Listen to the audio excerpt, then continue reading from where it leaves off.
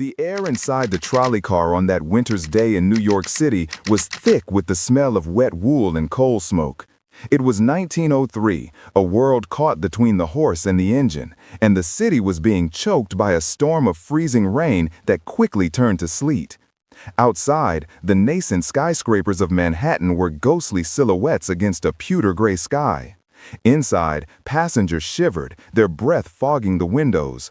But one woman wasn't looking at the other passengers. She was watching the motorman. Mary Anderson, a real estate developer, cattle rancher, and vineyard owner from Birmingham, Alabama, was a woman of keen observation and practical intellect.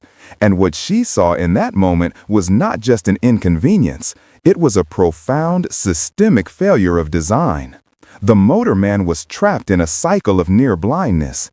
He drove with the front windshield split, the two panes of glass swung open so he could see the tracks ahead. But this solution was a brutal compromise. Icy wind, sleet, and snow blasted directly into his face and into the front of the car, freezing the passengers nearest to him. Every few minutes, the buildup of ice and slush would become so thick that he would have to stop the entire streetcar, lean out into the storm, and physically wipe the glass with his hands, using a rag or sometimes just his sleeve. The trolley would lurch to a halt, bells clanging, disrupting the flow of traffic, delaying everyone on board, and creating a dangerous, unpredictable obstacle on the snow-slicked streets. Mary Anderson watched this absurd, inefficient, and dangerous ritual repeat itself, block after block. While others saw a nuisance, she saw a problem demanding a solution. She was not a trained engineer.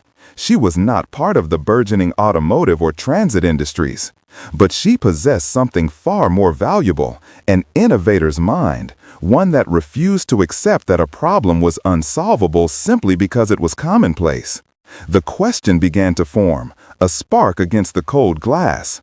Why should a driver have to choose between being blinded by the elements or being frozen by them? Why must the operator of a vehicle open themselves up to the storm just to see where they are going? Her eureka moment was not a single flash of lightning, but a steady, logical assembly of a mechanical answer. In her mind's eye, she began to sketch a device. It would be controlled from a lever, easy to operate by hand. This lever would connect through a small hole in the vehicle's frame to an arm on the outside.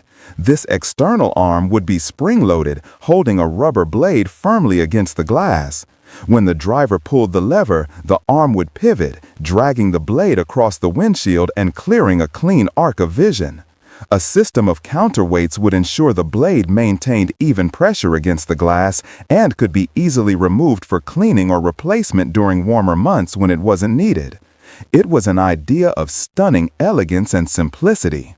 Upon returning to the warmer climate of Alabama, she didn't let the idea fade like a winter memory. She refined the concept, hired a designer to produce technical drawings, and constructed a working prototype.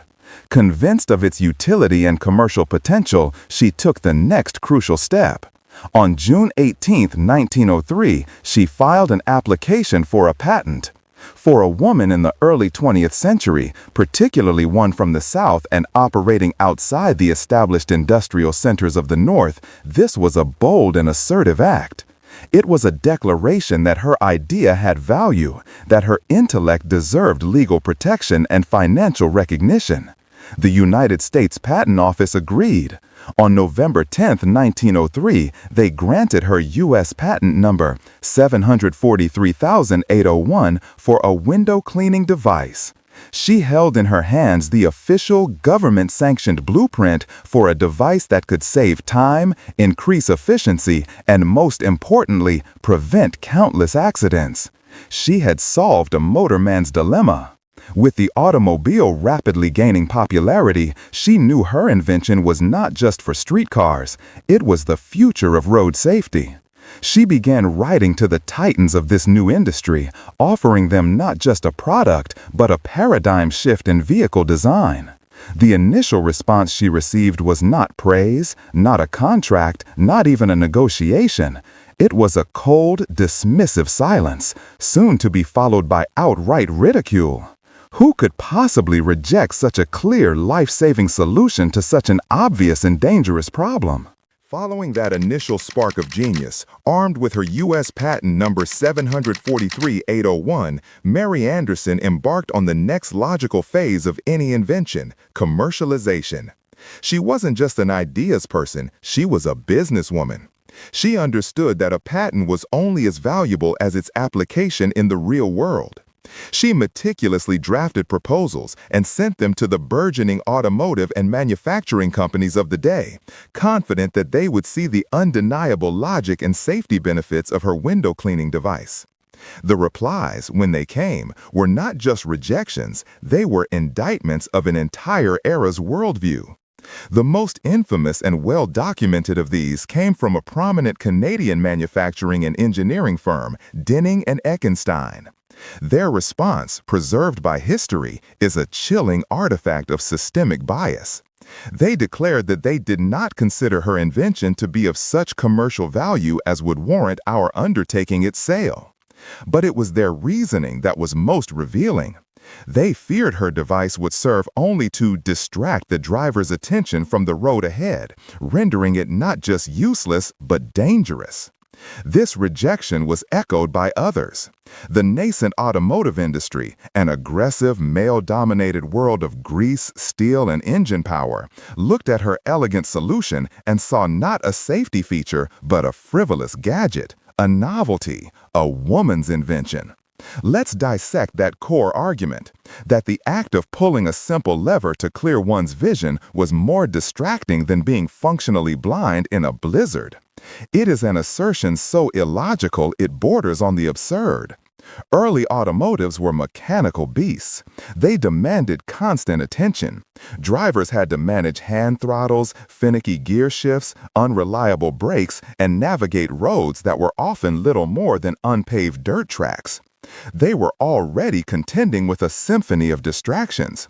To suggest that a single, deliberate, vision-restoring action was the distraction that would push them over the edge was not a good-faith engineering assessment. It was a pretext. The systemic bias was baked into the very language of the rejection. The fear was not of distraction in the abstract. It was a deep-seated cultural anxiety about women encroaching on the masculine domain of technology and mechanics. An invention from a woman was treated as inherently less serious, less practical, less essential. It was a distraction because, in their eyes, its creator was a distraction from the serious business of men.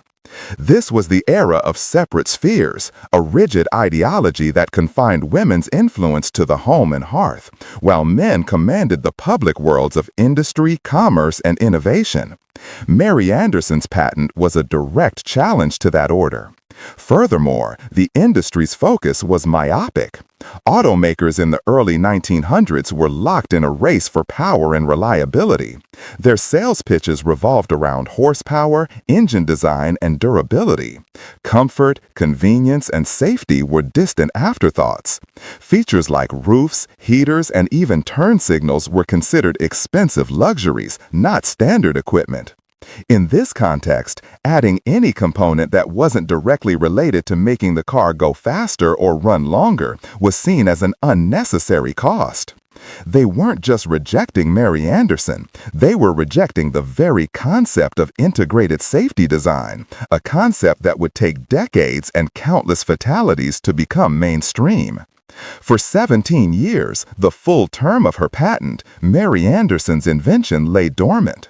The legal protection she had fought for became a cage, preventing others from legally copying her idea while the designated gatekeepers of the industry refused to unlock its potential. She watched as drivers continued to risk their lives, stopping their cars to wipe down their windshields with onions, potatoes, or rags, anything to gain a few moments of clarity. She never received a single cent for her revolutionary idea. Her patent expired quietly in 1920. The world, it seemed, had made its decision. Her contribution was deemed worthless. But a problem once solved rarely stays unsolved forever. With the patent now in the public domain, the idea was free for the taking. The question was no longer if it would be used, but who would claim it, and why was her name so easily forgotten? From that dismissive judgment, a profound and telling irony emerged. It was only after Mary Anderson's patent quietly expired in 1920, placing her intellectual property into the public domain, that the automotive industry suddenly developed a keen interest in visibility. The world had changed. The number of cars on the road had exploded, traffic was becoming denser, and the grim statistics of road accidents were becoming impossible to ignore.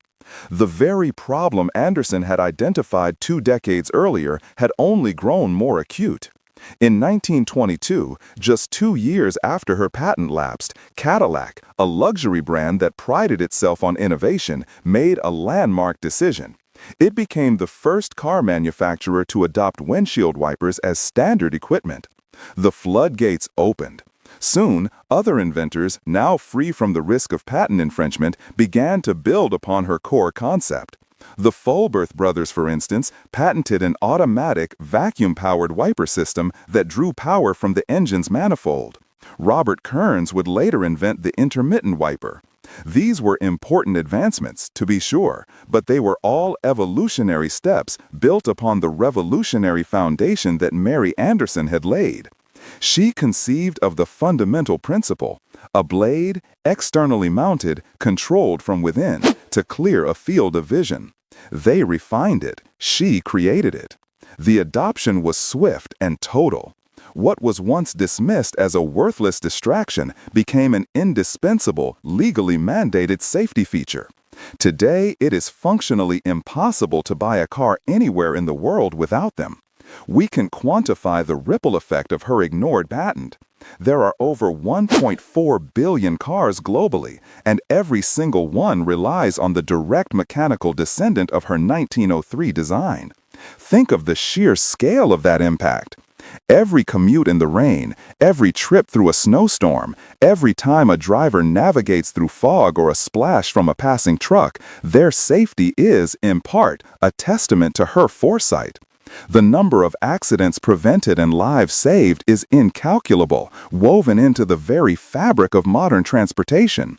Yet, as this multi-billion-dollar industry grew, reaping immense profits from the mass production of her idea, Mary Anderson's name vanished. The credit was absorbed by the corporations that adopted it and the male inventors who iterated on it.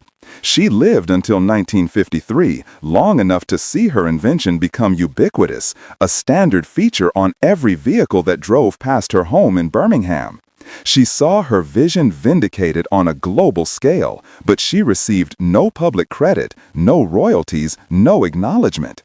The system that was designed to protect her, the Patent Office, did its job. The system that was meant to evaluate and adopt innovation, the free market, failed spectacularly, blinded by its own prejudice. It was not until decades after her death that historians and advocates began to piece together the story and resurrect her name from the footnotes of history. In 2011, nearly 110 years after her trip to New York City, Mary Anderson was finally inducted into the National Inventors Hall of Fame. Her legacy, though belatedly recognized, is a stark and powerful lesson. It reveals how easily history can be rewritten by those who hold power, and how bias doesn't just hurt individuals, it stalls progress for everyone. For 17 years, the world was a more dangerous place because the men in charge of the automotive industry could not see past an inventor's gender. This forces us to ask a deeply uncomfortable question. How many other essential innovations, born from marginalized minds, silently fuel our modern world, their true creators buried by bias and greed?